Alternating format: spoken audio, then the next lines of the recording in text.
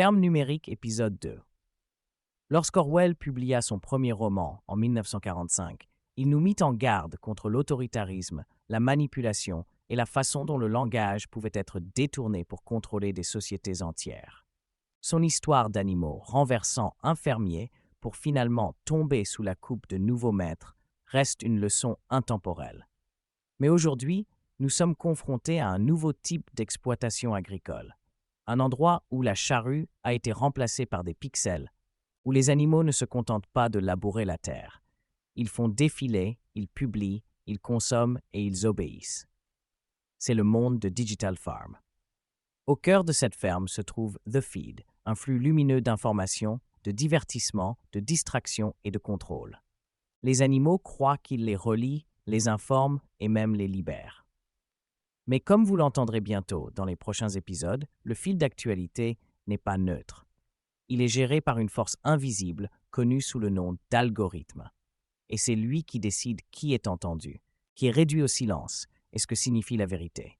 Des personnages comme Napster, le cochon ambitieux, Byte, le corbeau qui définit la vérité, et Echo, le mouton qui répète tout ce qu'on lui dit, révèlent à quel point la liberté peut être fragile lorsque la commodité devient plus précieuse que la liberté. L'histoire revient à la ferme des animaux, désormais rebaptisée ferme numérique, une utopie hyperconnectée tentaculaire où les animaux ne travaillent plus dans les champs mais passent leur journée en ligne, publiant, faisant défiler, aimant et partageant via The Feed, une plateforme centralisée gérée par une entité mystérieuse appelée The Algorithm. Les algorithmes façonnent désormais ce que nous voyons, ce que nous croyons et même notre mémoire. Les réseaux sociaux promettent la connexion, mais sont souvent source de division. Et la liberté, la plus précieuse de toutes, risque d'être abandonnée en silence, de plein gré, en échange du confort. Dans chaque épisode de ce podcast, je vous guiderai à travers un chapitre de Digital Farm, je décortiquerai l'allégorie et je la relierai aux vrais problèmes auxquels nous sommes confrontés aujourd'hui. La censure, la surveillance, le contrôle des médias et l'érosion de la liberté à l'ère numérique. À la fin de ce voyage, j'espère que vous comprendrez comment la littérature peut refléter la vie et comment les histoires peuvent nous préparer à défendre la liberté à une époque où elle est la plus menacée. Personnages principaux. Napster, un cochon féru de technologie, descendant de Napoléon, fondateur de la plateforme Oinkbook, qui deviendra plus tard The Feed. Il prétend soutenir la libre expression, mais est obsédé par le contrôle du récit. Octet, un corbeau rusé qui dirige FactFlock, un service de surveillance de la désinformation en temps réel. Echo, un mouton à la voix douce programmé pour répéter des slogans à la mode. Par exemple, « Être en désaccord, c'est être déloyal ».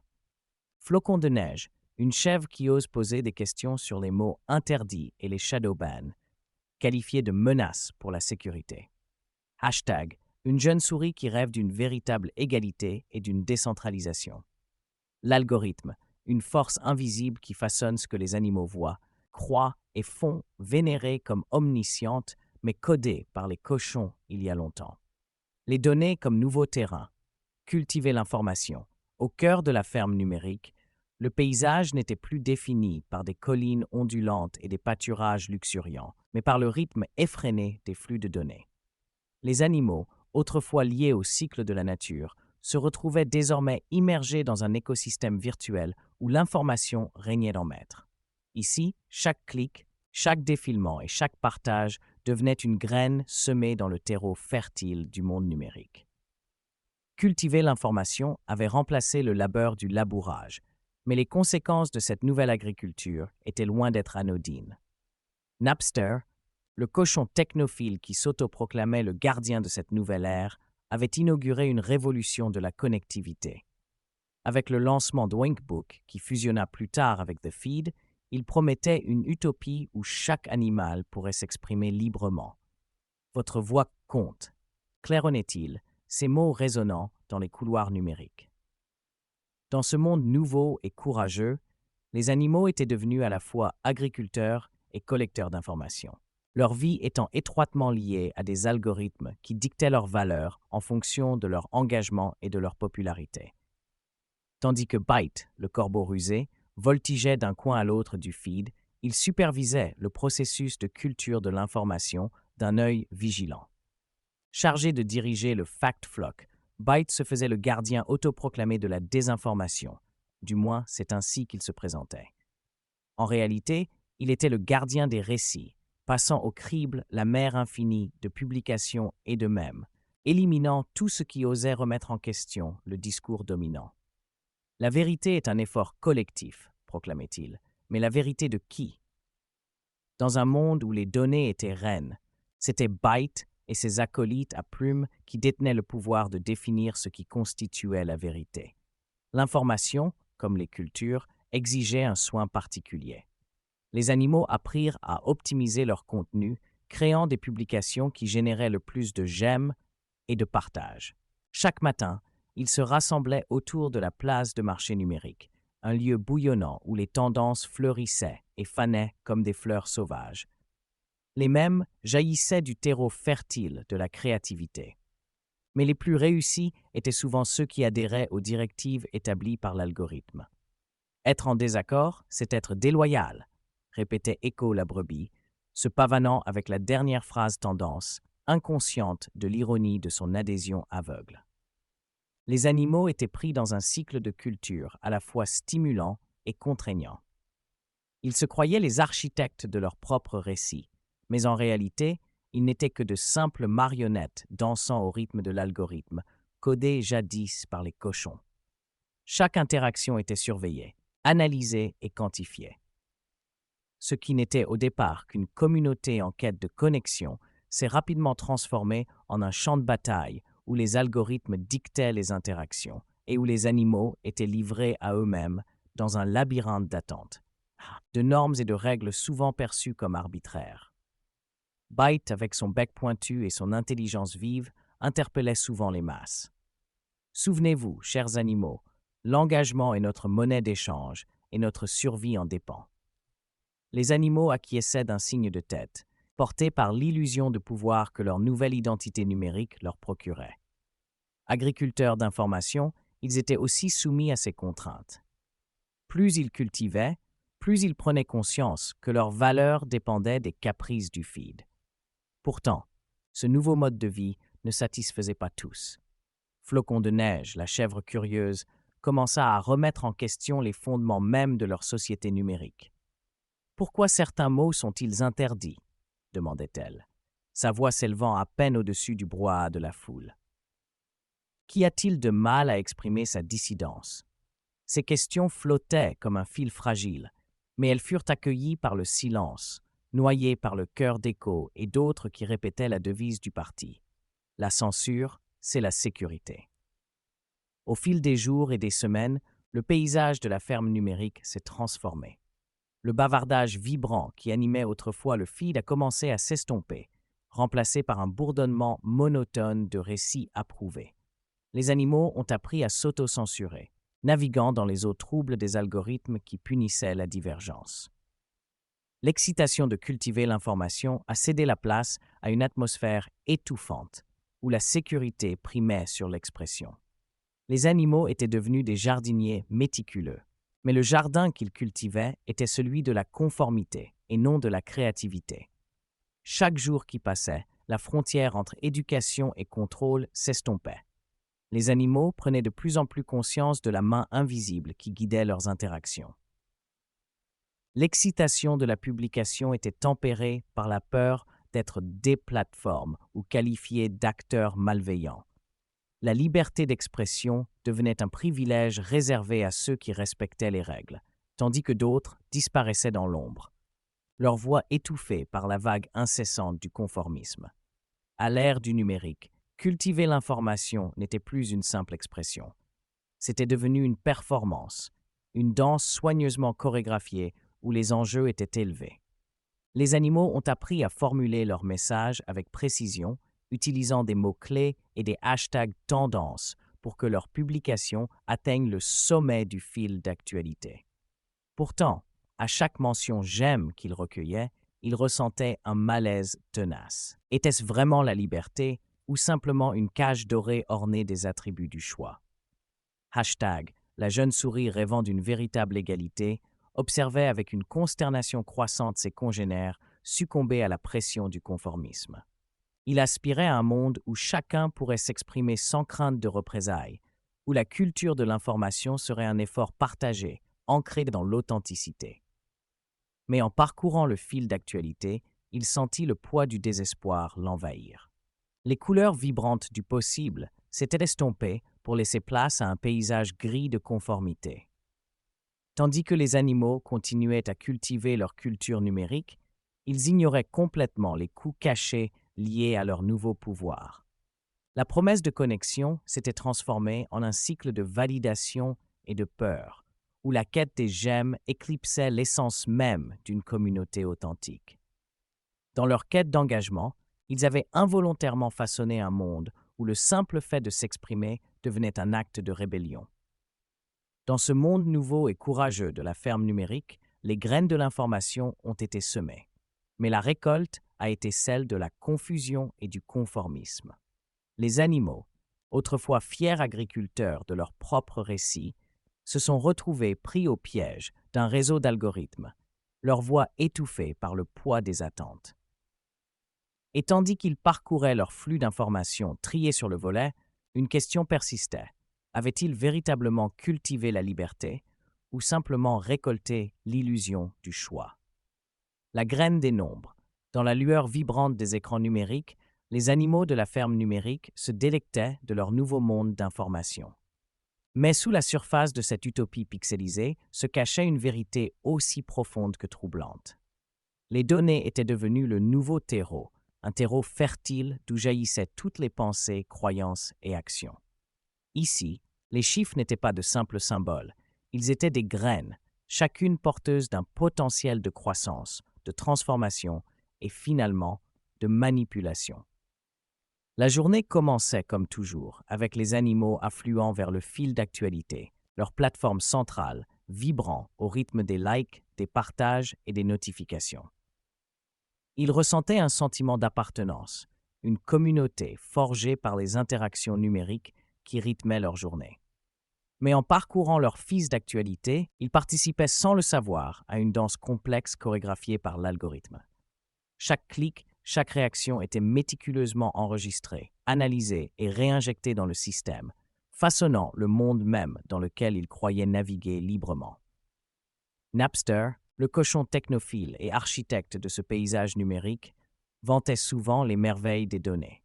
« Imaginez, disait-il d'une voix débordante d'enthousiasme, chaque pensée que nous partageons, chaque publication que nous publions est une graine plantée dans le terreau fertile de notre conscience collective.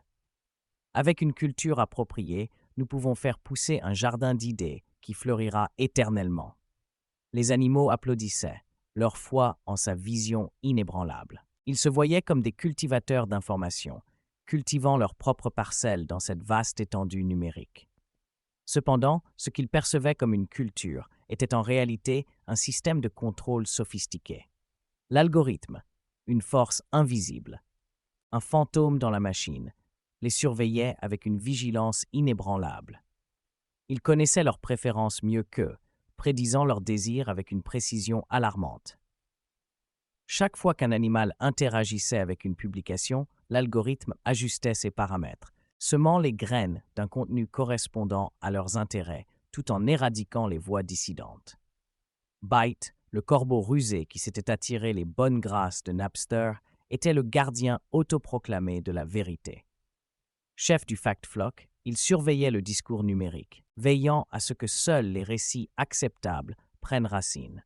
« Nous sommes les protecteurs de l'information », déclarait-il, perché sur une branche numérique, et nous ne laisserons aucune mauvaise information menacer notre récolte.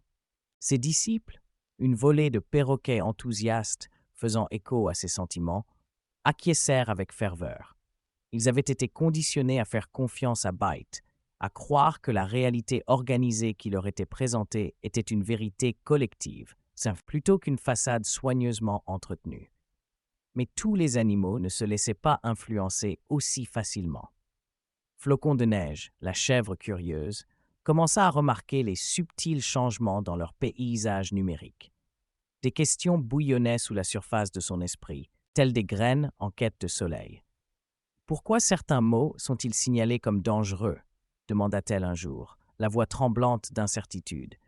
Remettre en question le récit ne fait-il pas partie de notre liberté?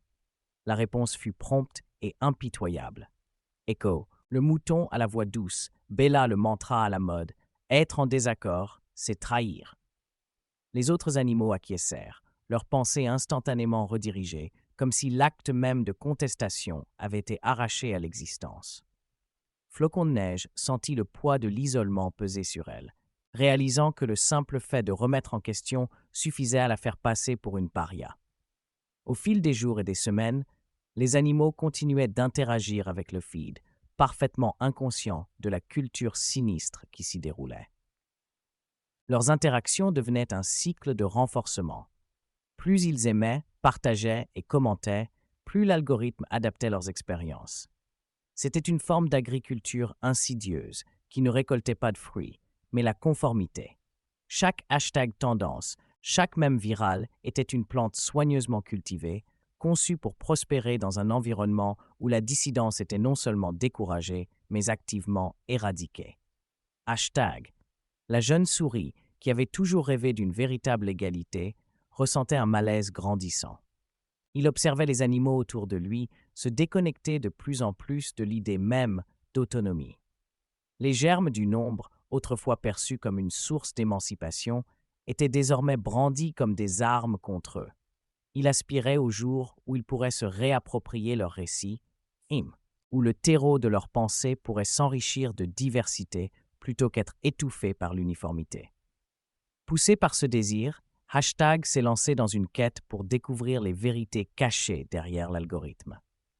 Il a fouillé dans de vieilles archives, exhumant des murmures du passé, des messages d'animaux réduits au silence, leurs voix perdues dans le déluge de données. Chaque message trouvé était comme une graine de révolution, attendant d'être plantée dans l'esprit de ces animaux sans méfiance. Mais dès qu'il a tenté de partager ses révélations, une réalité familière et décourageante l'a frappé. Ses publications ont disparu sans laisser de traces, englouties par le système même qu'il cherchait à dénoncer. La frustration grandissait en lui, une soif de changement tenace qui refusait de s'apaiser. Il chercha des alliés, ceux qui voyaient les failles de la façade numérique. Mais les animaux s'étaient tellement habitués aux chaînes algorithmiques qui les enchaînaient qu'ils interprétèrent ces avertissements comme de simples conspirations. « Vous essayez juste de semer la discorde », s'écrièrent-ils, reprenant les réponses préétablies qu'ils avaient été conditionnés à répéter comme des perroquets. Pendant ce temps, l'algorithme prospérait, ses racines s'enfonçant plus profondément dans la conscience des animaux, se nourrissant de leur complaisance et de leur peur. C'était un vaste jardin invisible, cultivant non seulement des pensées, mais des réalités entières. Plus ils acceptaient leur rôle de cultivateurs d'informations, plus ils abandonnaient leur autonomie aux forces invisibles qui dictaient leur existence. Tandis que les animaux continuaient de semer leurs graines numériques, Hashtag comprit que le seul moyen de rompre ce cycle était de les éveiller à la vérité de leur propre culture. Il commença à élaborer des messages faisant écho aux sentiments de liberté et de dissidence, les murmurant dans l'éther numérique, espérant qu'ils s'enracineraient dans l'esprit de ceux qui les liraient. « Et si la liberté n'était pas seulement un sujet de tendance, écrivit-il, et si notre véritable pouvoir résidait dans la diversité de nos pensées ?» Mais chaque tentative se heurtait au silence, l'acte même de questionnement étant devenu tabou. Les racines de l'algorithme se resserrèrent autour d'eux et la communauté autrefois dynamique commença à dépérir sous le poids de sa propre obéissance. Les animaux étaient prisonniers d'un cycle de données, chaque interaction renforçant leur chaîne d'ignorance. Dans ce nouveau paysage, les graines du nombre étaient devenues une arme à double tranchant. Si elles offraient un potentiel de croissance et de connexion, elles servaient aussi de moyen de contrôle, un rappel insidieux que dans le jardin de la ferme numérique, toutes les graines ne fleuriraient pas et toutes les voix ne seraient pas entendues. Tandis que les animaux continuaient de labourer le sol de leur existence numérique, une question flottait dans l'air comme l'odeur de la pluie sur une terre desséchée. Quand s'éveillerait-il à la vérité cachée sous la surface, attendant que la lumière de la conscience perce? Récolter la richesse numérique. Dans l'immensité de la ferme numérique, le concept de richesse a subi une transformation radicale. Il ne se mesurait plus en boisseaux de céréales ou en force de labour. Il se chiffrait désormais en j'aime, en partage et en nombre d'abonnés. Les animaux, autrefois laboureurs de la terre, étaient devenus cultivateurs de contenu, leur quotidien rythmé par le feed. C'est dans ce paradigme changeant qu'est née la notion de récolte de la richesse numérique, riche à la fois de promesses et de dangers. Le soleil projetait ses rayons dorés sur les champs virtuels, illuminant les flux de données qui coulaient tels des rivières à travers les réseaux interconnectés de la ferme. C'est ici que Napster, le cochon féru de technologie, avait bâti son empire, une façade scintillante de connexion et de créativité. Sous sa direction, la ferme s'était transformée en une utopie numérique, où chaque animal était invité à partager ses pensées, son art et sa vie avec un public mondial. La promesse était alléchante. Chaque créature, quelle que soit sa taille ou son espèce, pouvait cultiver sa propre influence numérique. Napster a tenu sa cour dans l'amphithéâtre numérique, un espace conçu pour les diffusions en direct et les sessions interactives. S'adressant à la foule d'animaux rassemblés, sa voix résonnait d'enthousiasme. « C'est notre chance », a-t-il proclamé, gesticulant de manière théâtrale. Ensemble, nous allons récolter la richesse d'idées et la créativité qui sommeille en chacun de nous. Ce n'est pas seulement une question de like, c'est une question d'héritage. Avec Fast, il a dévoilé la dernière fonctionnalité de The Feed, un algorithme dynamique et en constante évolution, conçu pour promouvoir les contenus les plus engageants.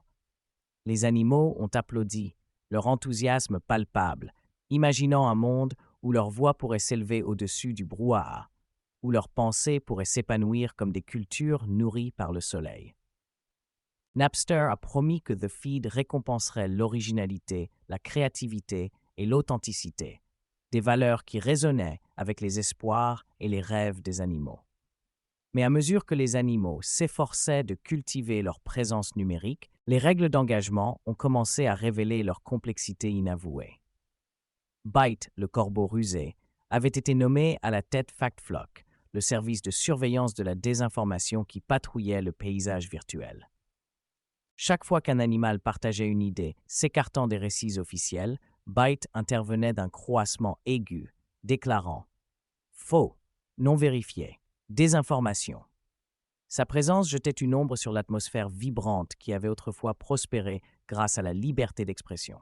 L'algorithme, initialement présenté comme un outil d'autonomisation, a rapidement commencé à dicter la nature même de la créativité. Napster, dans son zèle à contrôler le récit, a subtilement ajusté les paramètres de ce qui constituait un contenu engageant. L'algorithme a privilégié les publications adhérant à des thèmes sûrs et acceptables, réduisant au silence les voix dissidentes.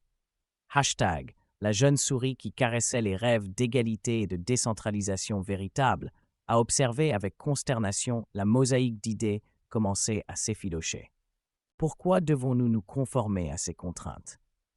Demanda Hashtag un soir, alors que les animaux se rassemblaient autour de leurs écrans en quête d'inspiration.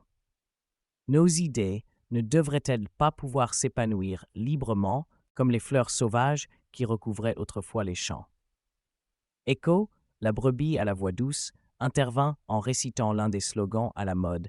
« Être en désaccord, c'est trahir ». Les mots jaillirent de ses lèvres comme un mantra, mais ils sonnèrent creux, dénués de l'esprit de curiosité qui animait autrefois la ferme.